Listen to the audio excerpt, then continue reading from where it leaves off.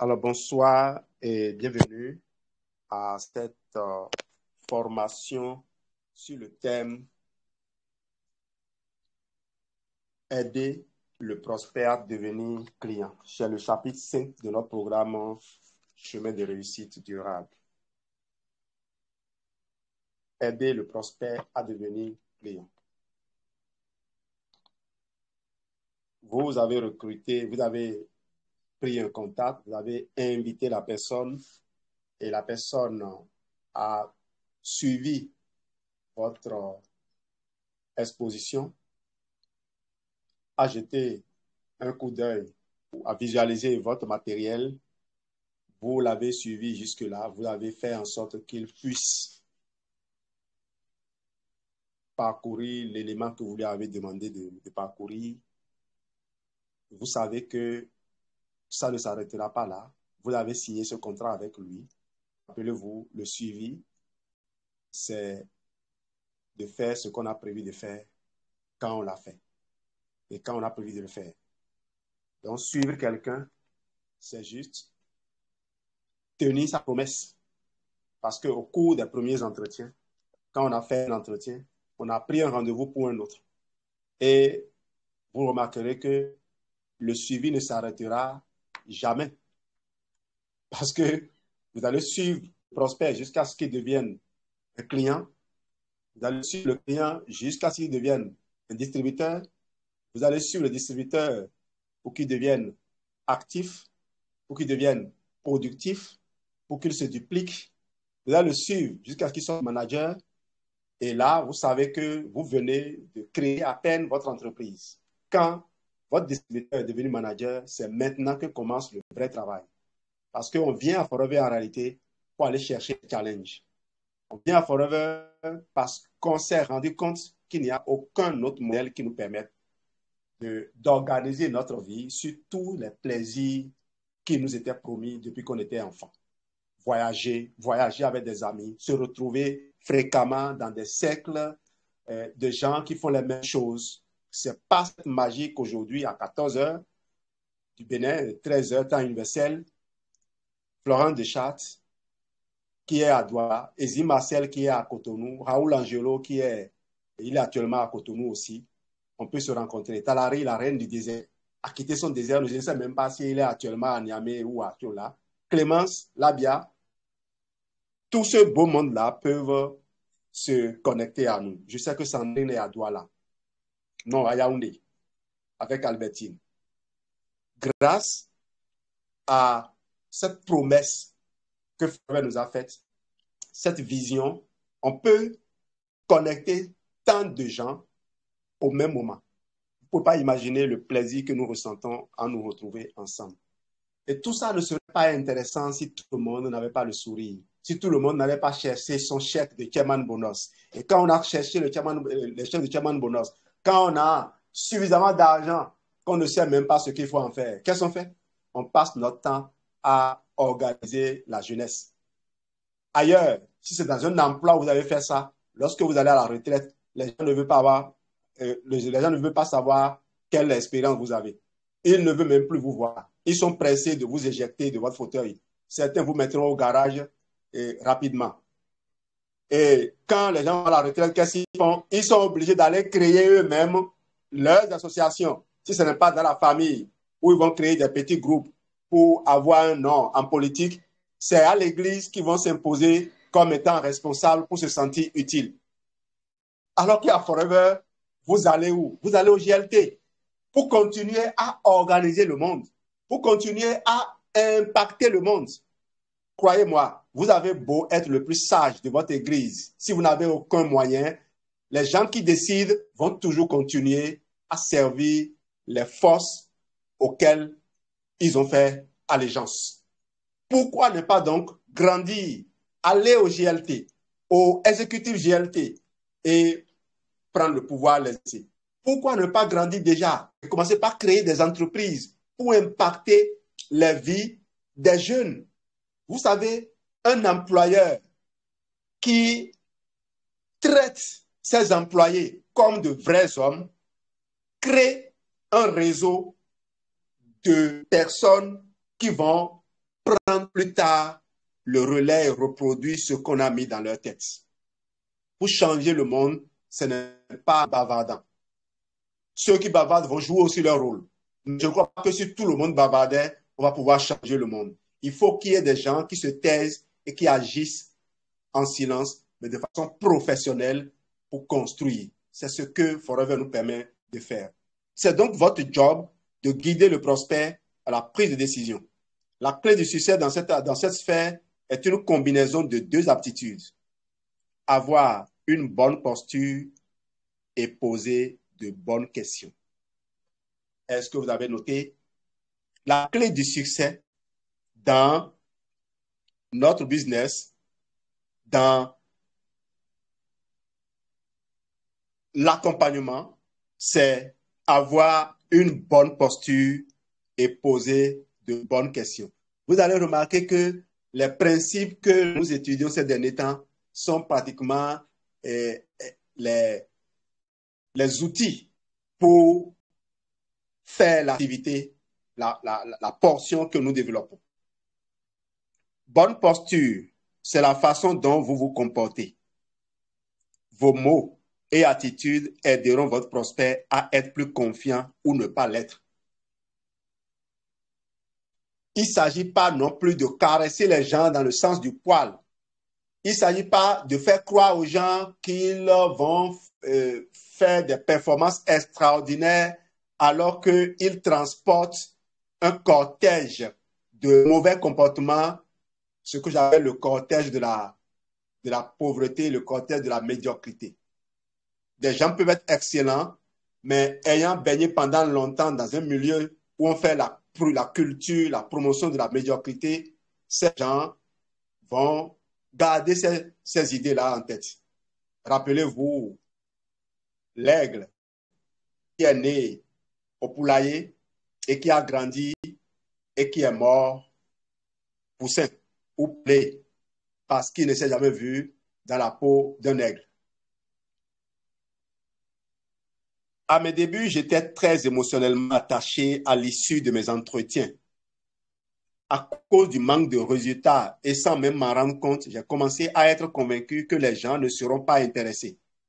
Et cela a commencé à transparaître dans tout ce que je faisais. C'est comme si tout ce que je laissais transparaître, tout ce que je faisais plutôt, laissait transparaître le manque de confiance et l'absence de professionnalisme. Si ça marchait si bien, tu n'aurais pas une telle attitude.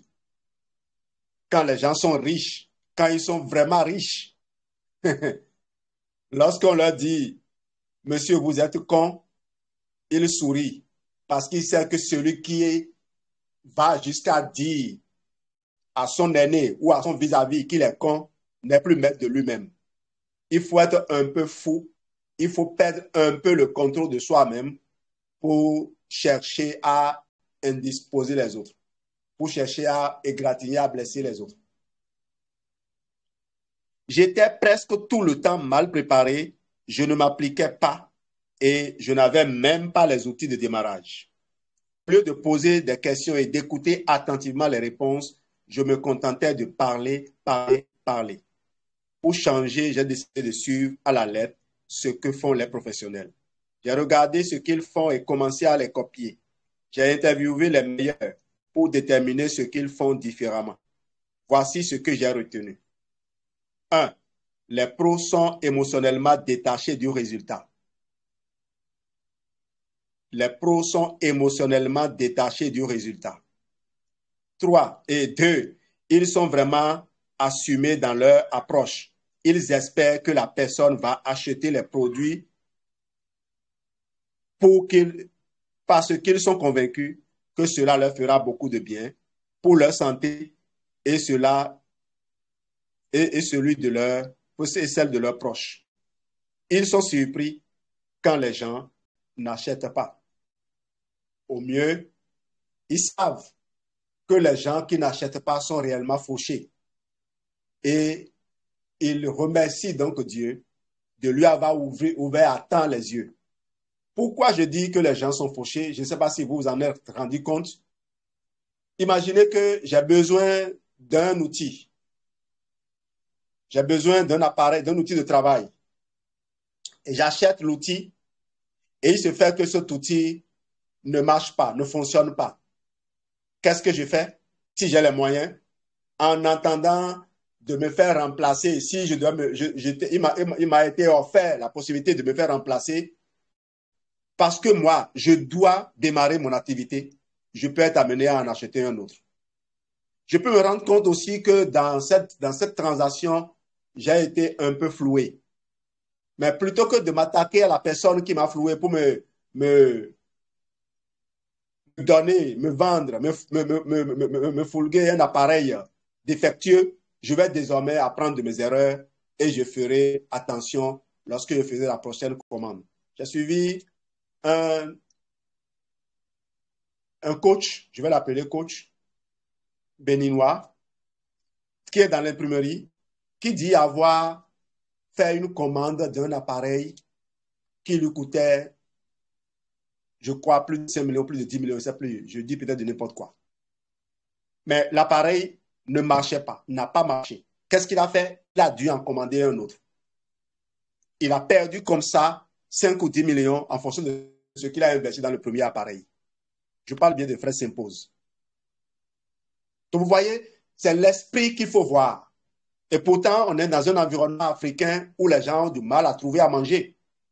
Si tout le monde a développé l'esprit de ils n'ont pas à manger, est-ce que moi, je peux faire ceci, je peux faire cela, on n'ira nulle part. Je voudrais donc, j'ai vu mon frère qui avait posé la question la dernière fois pendant la formation produit, je l'ai vu sur la plateforme, je voudrais que rapidement, le plus rapidement possible, il nettoie ce virus de son cerveau. Qu'il nettoie rapidement ça de son cerveau, parce que là, c'est le diable qui est en train de vous jouer des tours. Quand plus vous avancez dans la vie, mieux vous vous rendez compte que les gens qui finissent par végéter dans la médiocrité, c'est des gens qui ont emprunté certaines voies dès les débuts de leur vie. Le monde est rempli de richesses, mais les richesses, il faut les multiplier. Si tu ne t'empresses pas de les multiplier à une étape donnée de ta vie, tu vas souffrir tout le reste de ton temps. C'est écrit dans la Bible. Tu mangeras la sueur de ton front. On n'a pas dit que tu te contentes d'exister et que les autres vont regarder après que toi tu manques et refuser de progresser. On ne peut pas fabriquer un produit destiné à maintenir l'homme en vie, à réparer le corps de l'homme et se permettre de retirer des ingrédients utiles parce qu'on veut les vendre à un prix social. Continuez à manger du biscuit qui coûte normalement 5 francs à la fabrication, mais qu'on vous vend 100 francs et que vous croyez acheter moins cher. Donc, c'est une question de culture. Et quand vous venez dans un environnement comme ça, il faut prendre le temps d'observer, il faut prendre le temps d'absorber. Et une fois que vous êtes édifié maintenant, vous pouvez aider les autres. Même Jésus, avant de commencer sa mission, a dû se retirer pour faire un jeûne dans le désert pendant comment dire, je ne sais combien de jours. 3, ils font leur propre promotion autant qu'ils font la promotion du produit. Cela met à l'aise les gens de savoir qu'ils ne seront pas seuls dans cette expérimentation des produits et qu'ils seront guidés et aidés par quelqu'un qui connaît les modes d'emploi et les astuces qui donnent du résultat. C'est nous qui allons vous montrer comment les produits marchent. Le médecin qui est malade et qui court à l'hôpital ne sait pas ce qu'il perd. Il perd non seulement du temps, mais il perd sa santé, il perd sa liberté. Il y a 3 jours, j'ai passé toute la journée du matin au soir à concevoir des diapos, après avoir pris une note et rédigé ma formation. Et le soir, je constate que quoi? Je n'arrive plus à lire les écritures fines. En temps normal, j'aurais couru rapidement dans un cabinet d'un ophtalmologue. Il m'aurait fait quoi? Il allait commencer par m'ausculter et il me trouvera forcément quelque chose. Il va me prescrire des gouttes, il me programmera pour prendre peut-être une lunette. Qu'est-ce que j'ai fait? Connaissant les besoins du corps, connaissant le manque de discipline dont j'ai fait preuve, j'ai fait quoi? Je suis allé faire mes exercices oculaires. J'ai pris 4 gélules de e-vision, 4 gélules d'Atixi. S'il y avait du lithium, j'en aurais plus également, mais j'en ai plus besoin.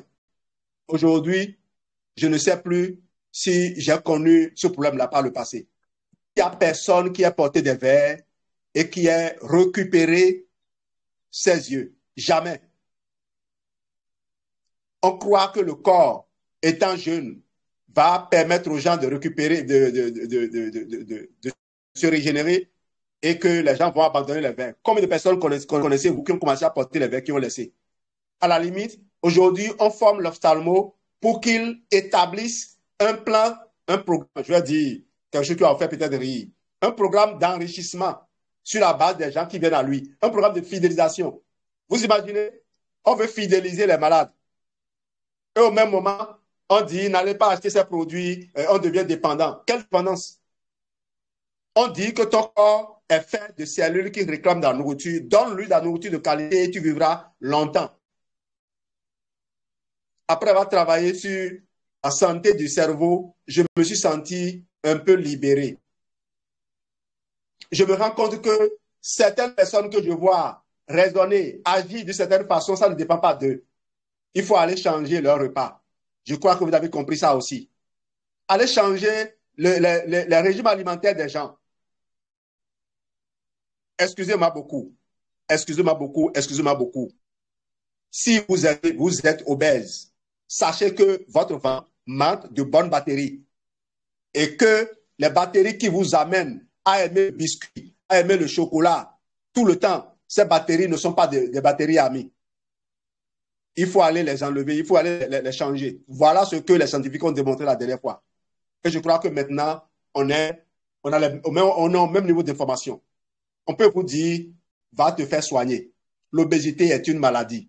Tu ne peux pas dormir là-dessus. Je te le dis parce que tu as les moyens de le faire aujourd'hui. Ne te réjouis plus d'être obèse. 4, ils sont toujours prêts, bien préparés. Ils ont tout ce qu'il faut pour faire démarrer un client immédiatement. Oui, vous devez avoir tous les outils. La fiche de parrainage doit être à côté. Il est fou de la façon dont on fonctionne aujourd'hui. On va chercher un recrutement et on n'a pas les outils essentiels. J'ai des filles qui s'exclament, j'ai fait un parrainage, j'ai fait un parrainage. Il a fait le parrainage, la personne a remis l'argent, mais il n'a pas encore signé la fiche. Il n'a pas encore pris la photographie de la carte d'identité, puisqu'on ne fait pas encore l'enregistrement en ligne. Il n'a pas fait ça. Et pour lui, prendre l'argent, il a fait parrainage. Et il a fait parrainage, la personne a remis l'argent et on ne sait pas que plus tôt la personne commence par faire l'expérience des produits, plus tôt ton business décollera. Il dépose l'argent là-bas, il va se reposer. Tranquille. Il a fait parrainage. Et il va passer toute la semaine à répéter ça. J'ai fait parrainage, j'ai fait parrainage, j'ai fait parrainage. Et les points qu'elles sont stationnaires. Quand on va dans l'ESCA100, c'est 0 CC. Classement du top 20, il n'est pas dedans. 5, ils posent question après question et sont de grands écouteurs. Ils sont comme un consultant qui veut aider une personne ayant un problème. Les meilleurs consultants posent une série de questions avant de pouvoir offrir une solution. Les professionnels du MLM usent des questions comme leur plus puissant outil. Je rappelle les deux choses essentielles pour réussir cette activité. Avoir une bonne posture, poser de bonnes questions. Merci de votre excellente attention.